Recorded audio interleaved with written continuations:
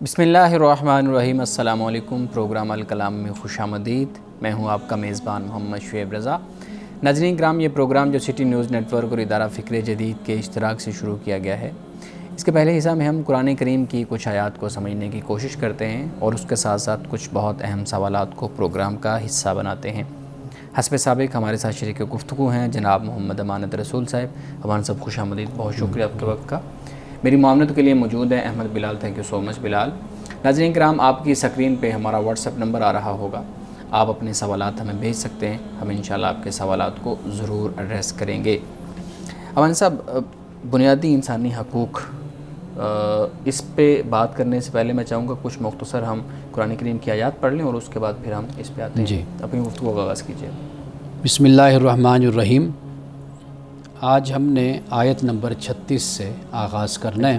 جی، اگر میں ناظرین کو خلاصتاً بتا دوں کہ پیچھے ہم نے کل کیا پڑھا تھا۔ جی جی، ایک تو یہ ہے کہ اللہ پاک یہ فرماتا ہے کہ مردہ زمین یہ اللہ کی نشانیوں میں سے ایک نشانی ہے۔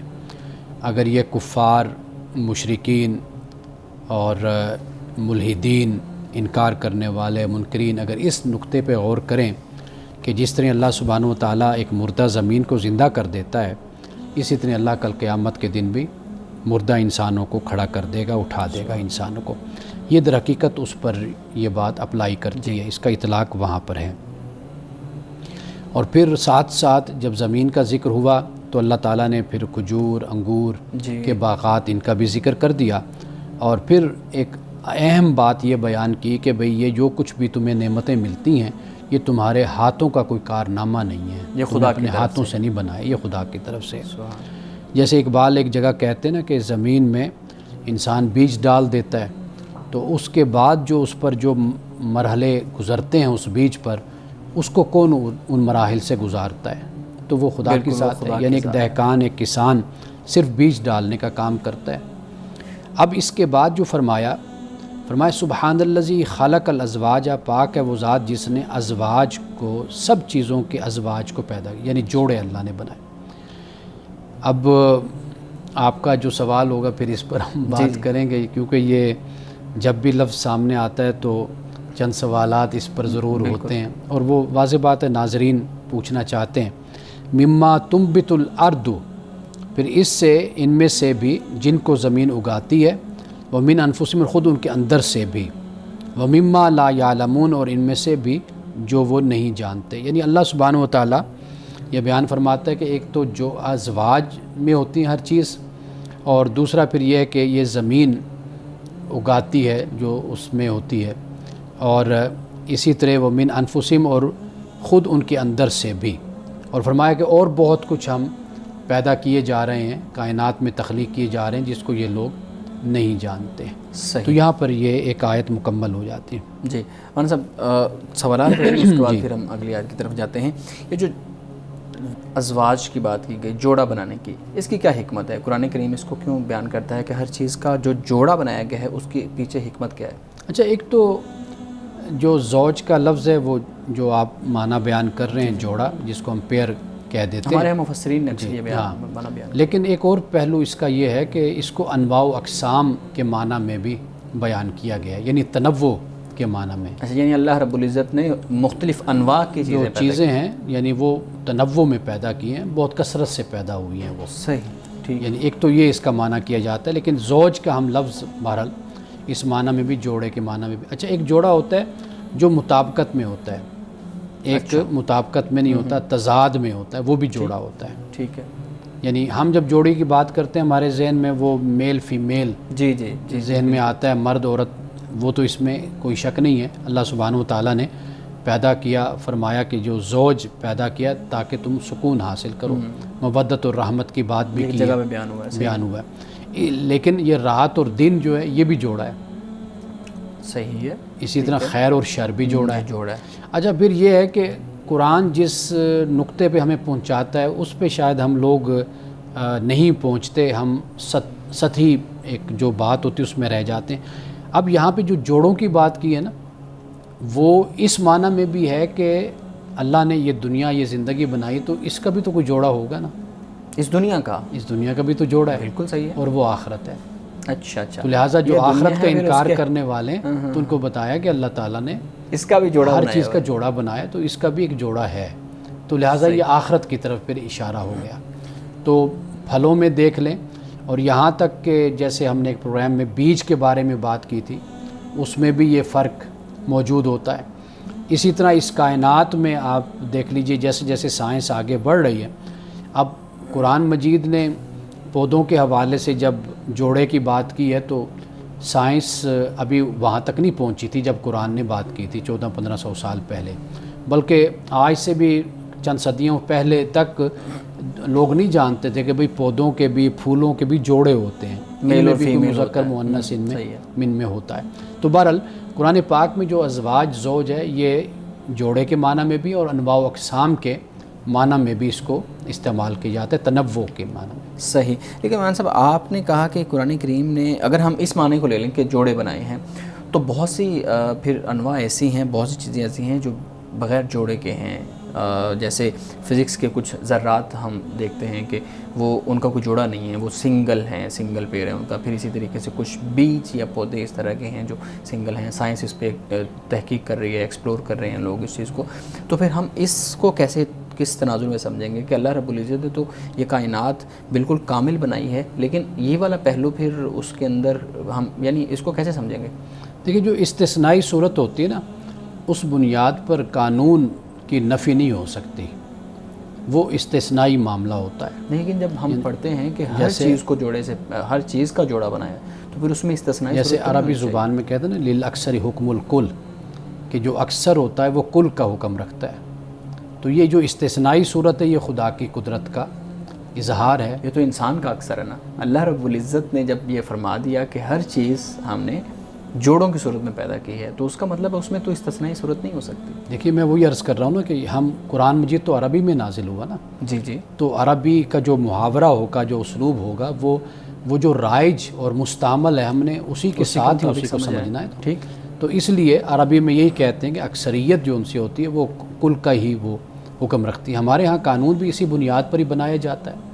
تو لہٰذا اگر کوئی استثناء آپ کو انسانوں میں ملتا ہے، آپ کو پودوں میں ملتا ہے، یا کسی اور مخلوق میں ملتا ہے، تو ہم واضح بات ہے اس کو پھر ہم استثنائی صورت میں کہیں گے کہ جس کے بنیاد پر قانون نہیں توڑتا، یعنی ہم اس کو نگیٹ نہیں کر سکتے۔ ایک یہ پہلو ہے۔ دوسرا یہ کہ خدا اپنی قدرت بھی دکھاتا ہے، اپنا اختیار بھی دکھاتا ہے۔ قانون کے پابند وہ آپ ہیں، میں ہوں، ہم انسان پابند ہیں، خدا کی ذات تو نہیں، اس نے تو یہ سب کچھ بنایا ہے۔ تو لہٰذا وہ استثنائی صورت میں بھی اپنا اختیار اور اپنی قدرت کا نمونہ پیش کرتا رہتا ہے۔ صحیح۔ ہمارے یہاں اکثر یہ بھی ہوتا ہے کہ سائنس کو خاص طور پہ اسکالرز جو علماء ہیں، مذہبی طبقہ ہے، اس کی طرف سے نگلیکٹ بھی بعض اوقات کیا جاتا ہے۔ تو اس تناظر میں اگر دیکھیں تو جیسے شعیب صاحب بتا رہے ہیں کہ فزکس ہمیں بتاتی ہے اس طرح سے کہ کچھ چیزیں جوڑے میں نہیں ہیں، تو کیا ہم اس پہ یہ بات کہہ سکتے ہیں کہ واقعی میں ایسا ہو سکتا ہے کہ وہ تھیریز بعد میں چینج ہو جائیں؟ جیسے اس بات پہ بہت زیادہ ہے کہ جو اعلیٰ حضرت نے جو تھیری پیش کی اس کے مطابق اب اس پہ بڑا کانفلکٹ ہوتا ہے، زمین کا گردش کرنا یا نہ کرنا، بالکل زمین کا گردش کرنا یا نہ کرنا۔ تو یہ تو پھر تبدیل ہوتی رہیں گی، ہم سائنس کو مد نظر رکھتے ہوئے قرآن کے اصولوں کو بدل تو نہیں سکتے۔ اصل آپ ایک چیز کو اپنا مقصد بنا لیتے ہیں نا، جس سے مسائل کھڑے ہوتے ہیں۔ قرآن مجید ان باتوں کو اگر بیان کرتا ہے کسی سائنسی حوالے سے، فلکیاتی حوالے سے، کائنات کے حوالے سے، قرآن کے پیش نظر ہے کہ وہ آپ میں خدا کی جو ایک ہیبت ہے، ایک ذات ہے، اس کا روب پیدا ہو، آپ میں خشیت پیدا ہو، خشوع خضوع پیدا ہو، آپ ایمان لائیں، اور پھر اس دنیا میں جو آپ کو حکم دیا گیا آپ اس کے اپنے آپ کو پابند بنائیں کہ آخرت ہے جہاں پہ آپ نے جواب دینا ہے۔ قرآن کے یہ پیش نظر ہے۔ قرآن کوئی سائنس کی کتاب نہیں ہے۔ بالکل۔ باقی یہ حقیقت ہے کہ بہت کچھ ایسا قرآن پاک نے جو بیان کیا، آج کی سائنس اس کی تصدیق کرتی ہے۔ یعنی ایمبریولوجی جو کیتھ مور کو کہا جاتا ہے کہ وہ اس کا ماہر ہے ایمبریولوجی کا، اب اس نے اس پر بڑی حیرانی کا اظہار کیا ہے کہ قرآن مجید کے ساتھ اس نے ٹیلی کر کے سائنس کو دیکھا۔ مثال کے طور پر انسان ماں کے پیٹ میں ہوتا ہے، وہ جو 7 پردوں کی بات کی جاتی ہے، تو غالباً سورۃ الحج کے آغاز میں اللہ پاک نے اس کو بیان کیا ہے۔ اسی طرح ہم کئی جگہوں پہ احادیث میں بھی دیکھتے ہیں، مثال کے طور پر انسان غالباً 40 دنوں تک کا ذکر آتا ہے کہ اس کا چہرہ نہیں بنا ہوتا، پتہ نہیں چلتا، لیکن جیسے اگلا دن آتا ہے تو وہ بننا شروع بننا نظر آنا سائنس بھی اس کی تصدیق کرتی ہے. بہت کچھ ایسا ہے کہ جس کے لیکن ہمیں یہ رویہ نہیں اختیار کرنا چاہیے کہ ہم جدید نظریات کو، تھیوریز کو ہم رد کریں اور اپنے مفہوم میں بیان کریں، اور مفسرین نے جو لکھا، جو بیان کیا، جو سمجھا، ہم اسی کو دین بنا کر، قرآن بنا کر پھر ہم کہیں کہ جی جو یہ نئی تھیوری جو جدید آئی ہے لہٰذا اس کو ہم اس لیے رد کرتے ہیں کہ ہمارے مفسرین نے، ہمارے علماء نے یہ لکھا ہے. علماء بھی اسی طرح ہیں جس طرح سائنٹسٹ ہیں.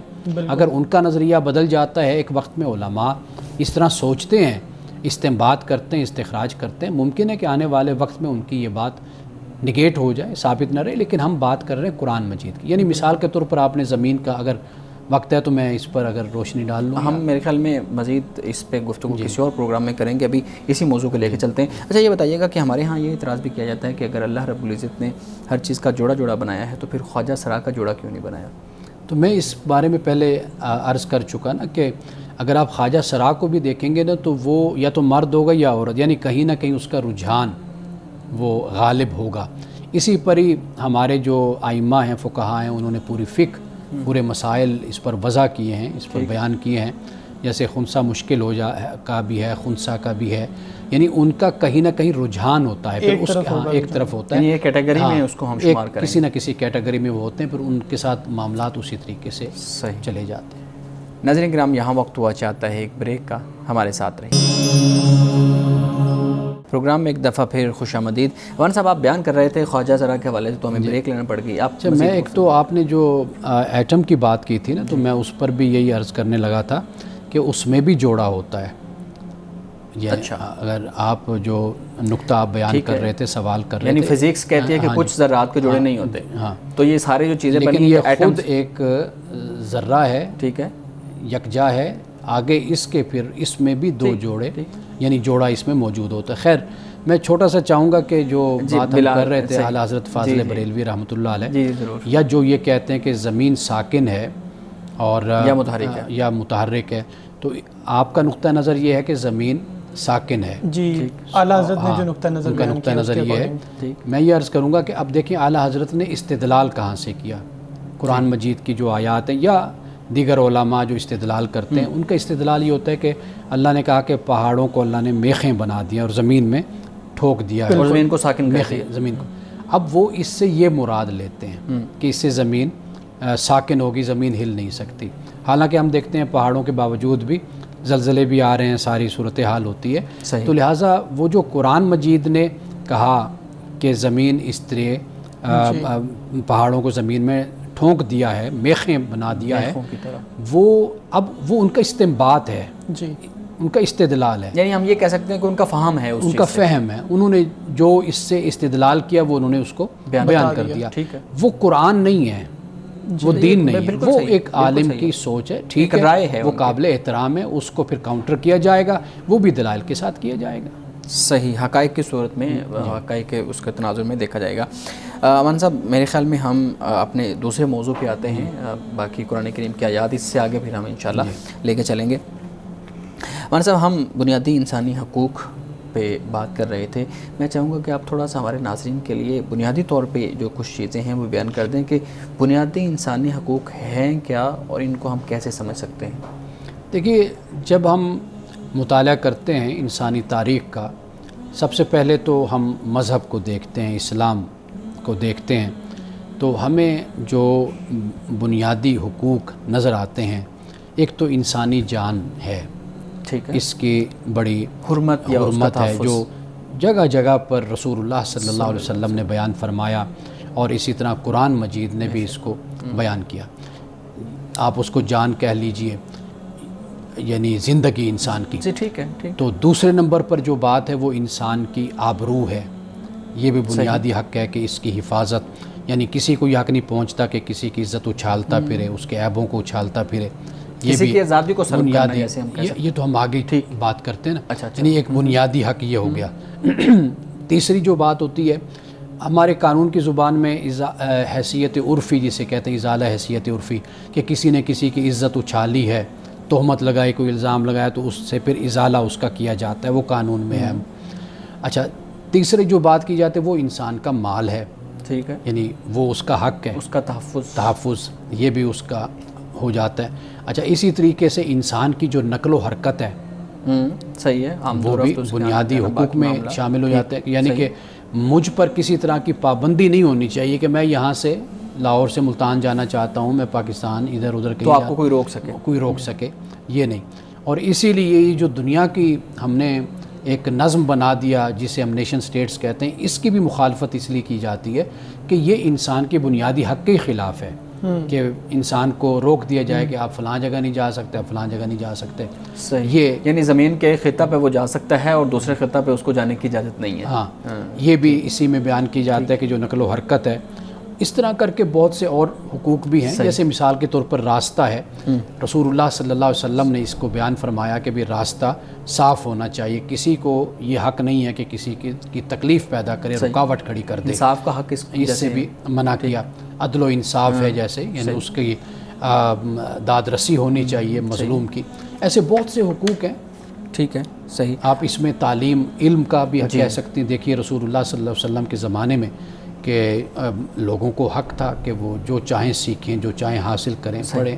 صحیح۔ مولانا صاحب، جو یو این کا چارٹر ہے وہ تو 1948 میں جو ہے نا وہ بنا، لیکن ہم دیکھتے ہیں کہ رسول اللہ صلی اللہ علیہ وآلہ وسلم نے جب پہلی ریاست قائم کی مدینہ کے اندر، یعنی مدینہ کے اندر جو پہلی ریاست رسول اللہ صلی اللہ علیہ وسلم نے قائم کی، میثاق مدینہ ہوا، اور میثاق مدینہ کے تناظر میں ہم کیسے اس یو این کا چارٹر تو بہت بعد میں بنا ہے، تو انہی حقوق کو ہم میثاق مدینہ کی روشنی میں کیسے دیکھیں گے؟ دیکھیے رسول اللہ صلی اللہ علیہ وسلم جب مدینہ تشریف لائے تو وہاں پر مختلف کہہ لیجئے کہ برادریاں رہتی تھیں، کمیونٹیز رہتی تھیں، قبائل تھے، مذاہب کے لوگ تھے، ان کو آپ نے بڑی فراست کے ساتھ آپ نے ان کو یکجا کر دیا، ان کو جمع کر دیا۔ سب سے بنیادی بات جو ہے وہ یہ تھی کہ مذہبی آزادی آپ نے سب کو وہاں پر باقاعدہ لکھی گئی کہ سب، ہر کوئی آزاد ہے۔ ٹھیک ہے، جیسے میں کہا کرتا ہوں کہ حضرت قائد اعظم کی وہ جو تقریر ہے 11 ستمبر والی، غالباً 11 اگست والی تقریر، اس کو اگر آپ دیکھ لیں تو وہ ایسے لگتا ہے کہ وہ میثاق مدینہ سے اٹھائی گئی ہے، یعنی ایز اٹ از، ہو بہو اس کی جو شقیں ہیں، کہ جس میں وہ قائد اعظم یہ کہتے ہیں کہ بھائی جو ہندو ہے تو وہ اپنے مندر جائے گا، مسلمان مسجد میں جائے گا، اور اس طرح کر کے پھر ایک وقت آئے گا سارے پاکستانی ہو جائیں، یعنی کسی کو مذہبی اعتبار سے کوئی تفریق نہیں ہے، کوئی تفریق بالکل نہیں ہے۔ یہی شک ہمیں، یہی بات رسول اللہ صلی اللہ علیہ وسلم نے جو میثاق مدینہ کیا، اس میں یہ بات ہمیں سر فہرست نظر آتی ہے کہ آپ ہر کوئی آزاد ہوگا کہ وہ اپنے مذہب کے مطابق زندگی گزارے۔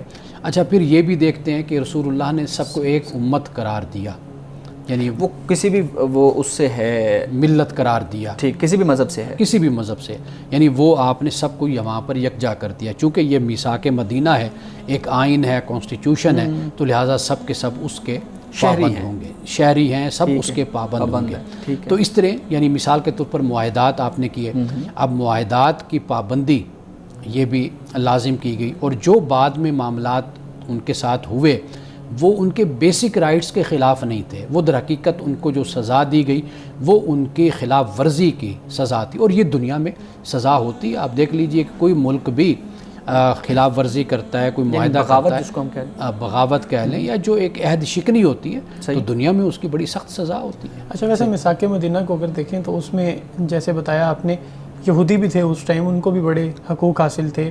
ویسے انفیکٹ دیکھا جائے تو پاکستان کا جو کنسٹیٹیوشن ہے اس میں بھی یہودیوں کو، اس مسیحی برادریوں کو، باقی جتنے بھی لوگ ہیں ان کو حقوق حاصل ہے۔ پاکستان بنانے میں تمام اقلیتوں کا تو خیر لفظ نہیں بولنا چاہیے، کمیونٹیز کا آپ کہہ لیجیے، یا تمام جو مذاہب سے تعلق رکھنے والے لوگ تھے، جس میں اپنا ہمارے ہاں مختلف نام آتے ہیں، جیسے ہندو ہیں، سکھ ہیں، پارسی ہیں اور کرسچن ہیں، سارے کے سارے پاکستان کے بنانے میں شریک تھے۔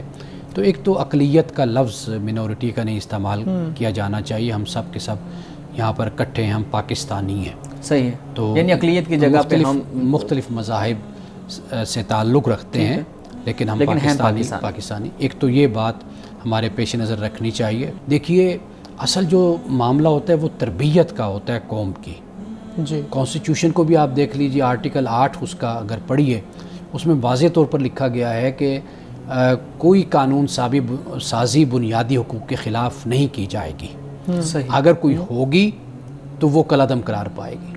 اب اس سے بڑھ کر اور کیا بات ہو؟ تو کوئی عملی صورت جو ان سے ہوتی ہے نا، اس کے لیے ہمیشہ قوم کی تربیت ہوتی ہے، اس کو شعور دیا جاتا ہے۔ ہمارے ہاں قانون سازی بہت ہی اعلیٰ کی جاتی ہے، لیکن جو قوم کی تربیت کا معاملہ ہوتا ہے، جو دنیا ہمیشہ کرتی ہے، اپنی قوم کو شعور دیتی ہے، ہمارے ہاں در حقیقت اس کا کوئی انتظام نہیں ہے۔ صحیح۔ دنیا ہم ایک بریک لے لیں، اس کے بعد بالکل بات کرتے ہیں۔ ناظرین کرام، یہاں وقت ہوا چاہتا ہے ایک بریک کا، ہمارے ساتھ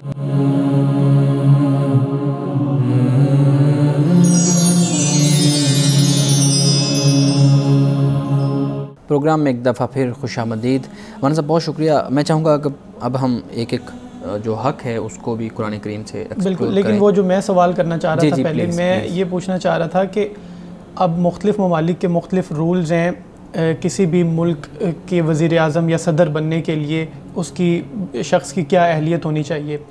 تو ویسے تو ہر شخص کو حق حاصل ہونا چاہیے کہ وہ جس ملک میں رہ رہا ہے وہ اس کا صدر یا وزیر اعظم بن سکتا ہے، تو پاکستان میں یہ رائٹ کیوں نہیں ہے؟ اس کی کیا وجہ ہے؟ یا پاکستان نے اگر اس طرح کا کنسٹیٹیوشن بنایا ہے تو آپ کیا سمجھتے ہیں کہ یہ بالکل درست ہے یا اس میں کوئی نہ کوئی امینڈمنٹ ہونی چاہیے؟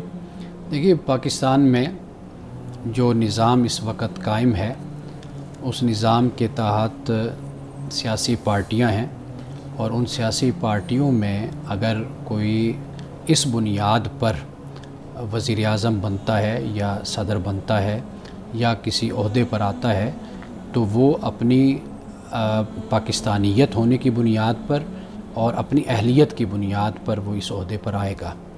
باقی جو معاملات ہوتے ہیں، جیسے میں نے گزارش کی ہے کہ آپ اپنے معاشرے کی تربیت کرتے ہیں، کئی دفعہ ایک چیز بڑی ٹیبو ٹائپ ہوتی ہے، اس پر آپ معاشرے میں ایک جسے کہتے ہیں رائے سازی کا کام کرتے ہیں اور لوگوں کو اس کی طرف متوجہ کرتے ہیں یا لوگوں کو اس پر تیار کرتے ہیں۔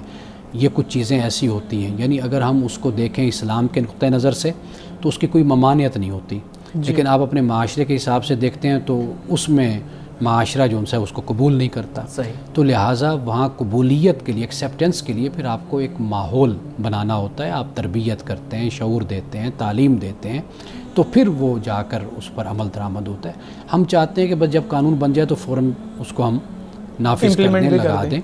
تو اگر کوئی ایسا قانون ڈسکریمنیشن کا کانسٹیٹیوشن میں ہے تو ہمارا طریقہ یہی ہوتا ہے کہ ہم اس کا اختلاف اس سے کرتے ہیں، لیکن جب تک وہ قانون ہے تو ہم اس کی پیروی بھی کرتے ہیں۔ صحیح۔ مولانا صاحب، ہم اگر بات کر لیں شخصی اور جو ذاتی ایک شخص کی آزادی ہے، یہ جو حق ہے، اس کو قرآن کریم اور مذہب کیسے بیان کرتا ہے؟ دیکھیے، ہر انسان کو اس بات کا حق ہے کہ وہ ایک تو جیسے ہم نے پہلے بات کی کہ اس کی نقل و حرکت وہ اس پر کوئی پابندی نہیں ہونی چاہیے۔ صحیح۔ دوسری بات یہ ہے کہ اس کی جو چوائس ہے، اس کا جو انتخاب ہے، سلیکشن ہے، اس پر بھی کسی طرح کی کوئی پابندی نہیں ہونی چاہیے۔ انسان کاروبار کرتا ہے، شخصی آزادی ہے، تجارت ہے، کاروبار ہے، وہ اس پر بھی کسی طرح کی اس پر کوئی پابندی نہیں ہونی چاہیے۔ یہ بنیادی باتیں ہیں۔ اسلام وہاں پر مداخلت کرتا ہے، وہاں پہ روکتا ہے کہ جہاں پر کسی انسان کی جان کو خطرہ ہوتا ہے، کسی انسان کے مال کو خطرہ ہوتا ہے، کسی انسان کی عزت اور آبرو کو خطرہ ہوتا ہے۔ صحیح۔ یہ یہاں تک یہ کام نہیں کہ جہاں پر آپ نقص امن کا باعث بن جاتے ہیں، فساد کا باعث بن جاتے ہیں، یہ نہیں ہے۔ تو باقی سب آزادی وہ شخصی آزادی ہوتی ہے کہ انسان کو کسی طریقے سے بھی روکا نہیں جا سکتا، اس پر جبر نہیں کیا جا سکتا، سپریس نہیں کیا جا سکتا۔ صحیح۔ رسول اللہ صلی اللہ علیہ وآلہ وسلم کے دور سے یا آپ کے اصحاب کے دور سے ہمیں کوئی ایسی مثال ملتی ہے جس میں ہمارے ہاں تو نوجوانوں کو روک دیا جاتا ہے نا، ان کی آزادی کو سلب کر لیا جاتا ہے، رائے کی آزادی ایون نہیں دی جاتی، پھر اسی طریقے سے اپنا کسی چیز کو ایکسپریس کرنے کی آزادی نہیں دی جاتی۔ تو رسول اللہ صلی اللہ علیہ وسلم کے دور سے ہمیں کوئی ایسی مثال ملتی ہے جس میں رسول اللہ صلی اللہ علیہ وسلم نے فلی اجازت دی ہو کسی شخص کو کہ تم جو کہنا چاہو کہہ لو؟ اچھا، ایک تو قرآن مجید میں آیت ہے سورۃ الکہف کی، وہ بڑی مشہور ہے، میں یہ بھی نوٹ کرتا ہوں تو پھر میں اس طرف آتا ہوں۔ فمن شاء فلیؤمن ومن شاء فلیکفر، جو چاہے تو مومن بن جائے، جو چاہے تو وہ کافر بن جائے۔ گویا کہ اللہ سبحانہ و تعالیٰ نے انسان کو کلی اختیار دیا ہے، مذہب کے معاملے میں، دیگر معاملات میں، کہ وہ جو چاہے اس کو وہ اختیار کر لے. ٹھیک ہے. یہ قرآن کا ایک واضح طور پہ مضبوط دلیل ہے اور نص قطعی ہے، اور ممکن ہے کہ میں رسول اللہ صلی اللہ علیہ وسلم کی ذات اقدس سے کوئی حوالہ دوں، اس پر کوئی اختلاف کر لے، لیکن کہ یہ قرآن اس کی کیا ہے؟ روایت کوئی کمزور اختلاف ہے، نہیں اس کی سند کمزور ہے، راوی کمزور ہے، یہ کہہ سکتا ہے، لیکن قرآن نے واضح طور پر اس بات کو بیان کیا. اب دیکھیے رسول اللہ صلی اللہ علیہ وسلم کے پاس لوگ آتے تھے، اب ان کے سوالات اسلام کے خلاف بھی ہوتے تھے، لیکن چونکہ ان کو اس چیز کی آزادی تھی کہ وہ سوال کریں، وہ پوچھیں. خواتین آتی تھی، وہ ہر طرح کے سوال آپ سے پوچھتی تھی، ان کو اجازت تھی مکمل طور پر. قرآن مجید اس بات کو بیان کرتا ہے کہ کسی کے گھر میں داخلہ بغیر اجازت کے نہیں ہو سکتا. یہ بھی شخصی آزادی کا ایک حصہ ہے کہ چادر چار دیواری جس کی ہے وہ اپنا تنہائی میں جیسا بھی رہ رہا ہے، گناہ کر رہا ہے، ثواب کر رہا ہے، عبادت کر رہا ہے، کچھ بھی کر رہا ہے، اس کو پامال نہیں کیا جا سکتا اس کی اس آزادی کو. یہ بھی ہمیں معلوم ہوتا ہے، قرآن مجید نے بھی اسی بات کا باقاعدہ حکم دیا. اب رسول اللہ صلی اللہ علیہ وسلم کی بارگاہ میں، یعنی ہم نے پہلے بھی ایک پروگرام میں بات کی کہ کتنی خواتین اپنا من پسند کاروبار، تجارت، اپنا پیشہ انہوں نے اختیار کیا ہوا تھا. رسول اللہ نے کبھی کسی کو نہیں روکا. ہاں روکا تو وہاں پر جہاں نقص امن کا معاملہ ہو جاتا ہے، جہاں پر آبرو کا، مال کا، جان کا معاملہ. آپ حیران ہوں گے کہ ازواج مطہرات صحابیات صبح کی نماز بھی مسجد میں جا کر پڑھتے تھے، خواتین پڑھتی تھیں. ایک خواتین کے ساتھ مصحف ہو گیا، لیکن رسول اللہ نے عورتوں کو مسجد میں آنے سے منع نہیں کیا. آپ نے اس شرپسند بندے کو پکڑا. کتنی خوبصورت مثال ہے کہ جو وہ فساد پھیلا رہا ہے اصل میں اس کو پکڑا جائے. اس کو پکڑنے کا حکم ہے.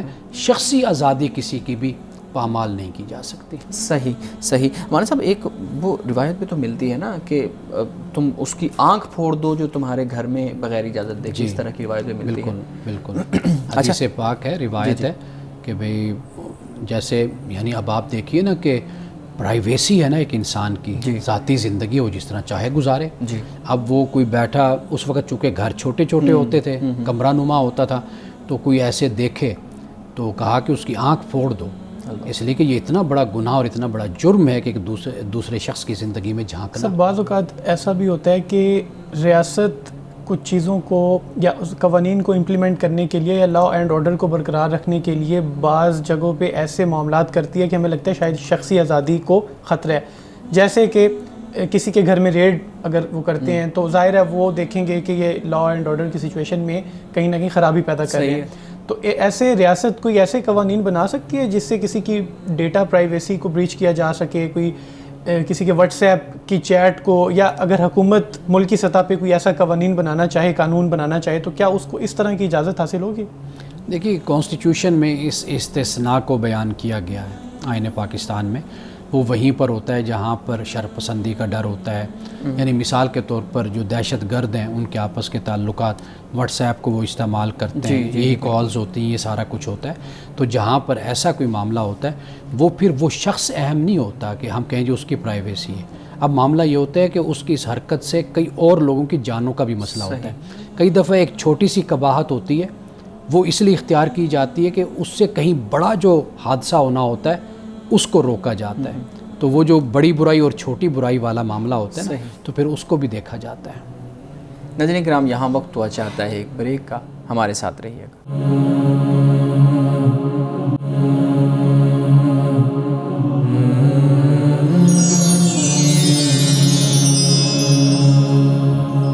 پروگرام میں ایک دفعہ پھر خوش آمدید.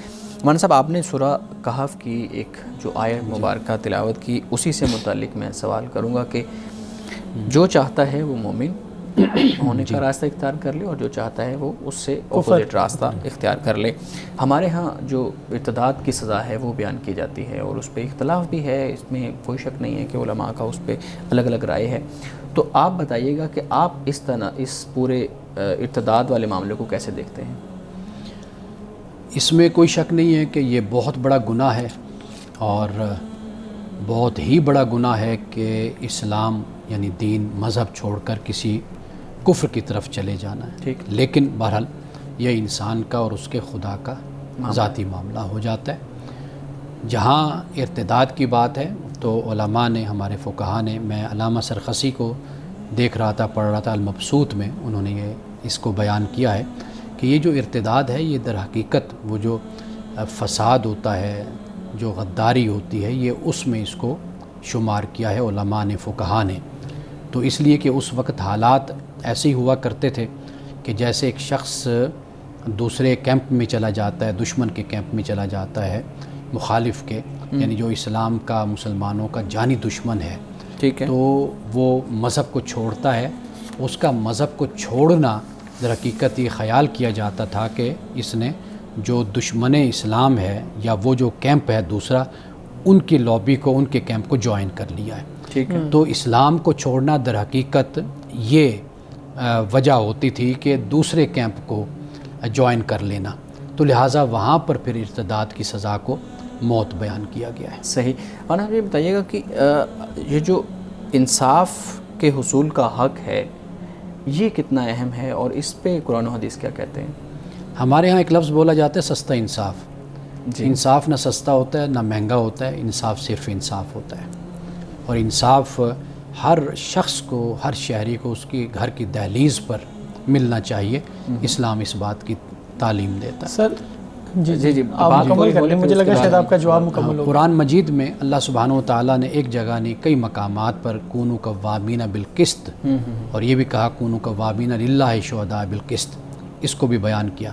اسی طرح اللہ تعالیٰ نے یہ کہا وَإِذَا حَكَمْتُمْ بَيْنَ النَّاسِ أَن تَحْكُمُوا بِالْعَدْلِ، کہ جب لوگوں کے درمیان فیصلہ کرو تو عدل کے ساتھ فیصلہ کیا کرو.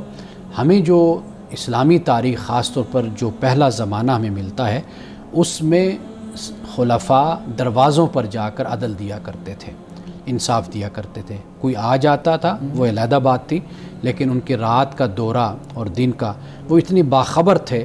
حالانکہ اس وقت موبائل نہیں تھے، اس وقت یہ سہولتیں میسر نہیں تھیں، لیکن ان کی ریاست جتنی بھی پھیلی ہوئی تھی سب کو یہ معلوم تھا کہ بھئی کسی شخص کے ساتھ کوئی زیادتی نہیں ہونی چاہیے. اگر کوئی بات، اطلاع اگر خلیفہ کے پاس پہنچ گئی تو پھر کسی قسم کی کوئی رعایت نہیں ہوگی.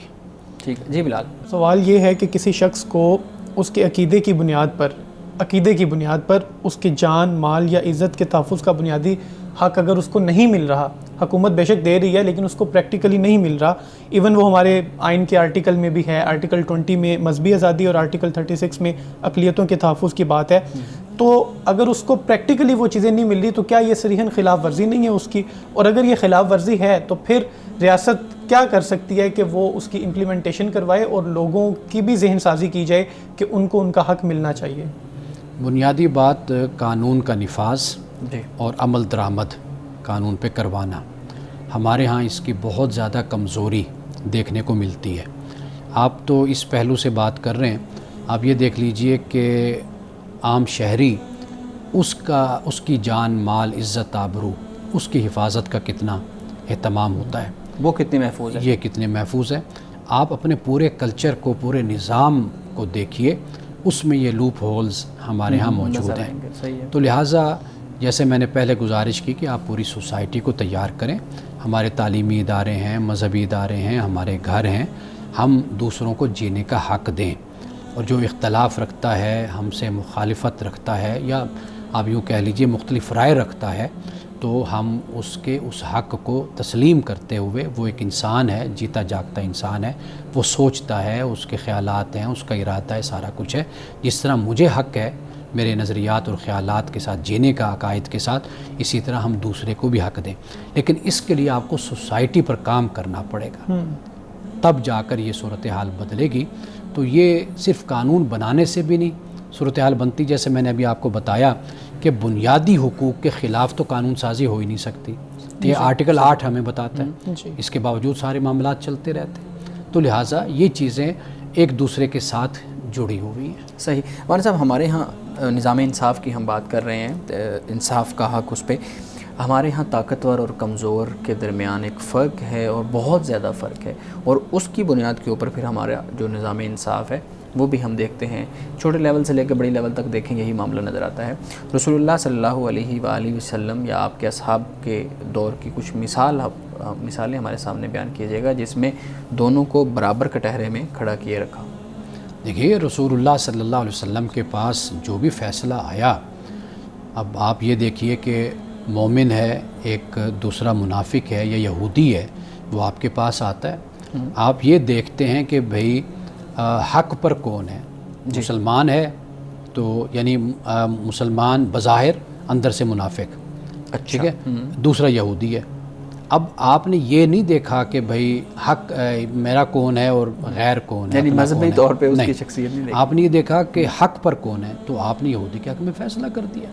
ایسے بہت سے فیصلے آپ کے پاس آئے. آپ سیدنا فاروق اعظم رضی اللہ تعالیٰ عنہ کو دیکھ لیجئے آپ، کہ جو حضرت عمر بن العاص کے بیٹے نے جو زیادتی کی تھی کسی غلام کے ساتھ، تو وہ اس نے اس کو پیٹا یا مارا، تو آپ نے کہا کہ میرے سامنے مجھے اس کو مارو.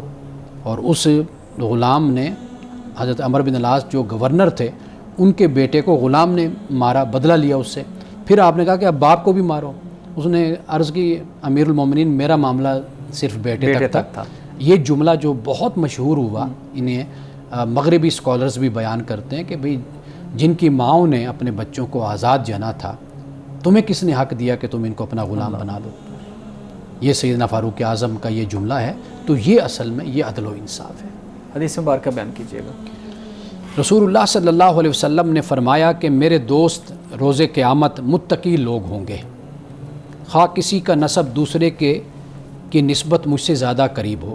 یعنی کوئی شخص میرے خاندان سے تعلق رکھتا ہے، میرے قبیلے سے تعلق رکھتا ہے، تو اس سے کوئی غرض نہیں. اصل دوستی کن کی ہوگی میرے ساتھ قیامت کے دن؟ متقی لوگوں کی. اب آپ نے اپنے خاندان اور قبیلے سے فرمایا ایسا نہ ہو کہ لوگ میرے پاس اعمال لے کر آئیں اور تم دنیا کو اپنی گردنوں پر اٹھائے ہوئے آؤ اور کہو اے محمد صلی اللہ علیہ وسلم ہماری مدد کیجئے، تو میں اس طرح سے انکار کروں گا کہ چلو چلو. آپ نے دونوں جانب اعراض کر کے اشارہ کیا، یعنی یوں کر کے آپ نے فرمایا کہ چلو چلو. میں یہ قیامت کے دن کہوں گا، اس لیے کہ نسب کام نہیں آنا، نسبت کام نہیں آئے گی. کام کیا آئے گی؟ وہ تمہارے اعمال ہیں، تمہارا ایمان ہے، اچھے کام، اچھا کردار اور اخلاق ہے. ناظرین کرام، اس دعا کے ساتھ اپنے پروگرام کا اختتام کریں گے. اللہ رب العزت حسن کلام اور تاثیر کلام عطا فرمائے، ہماری زبان کے گروں کو کھول دے اور سننے والوں تک خیر کا پیغام پہنچے. اجازت دیجیے، خدا حافظ.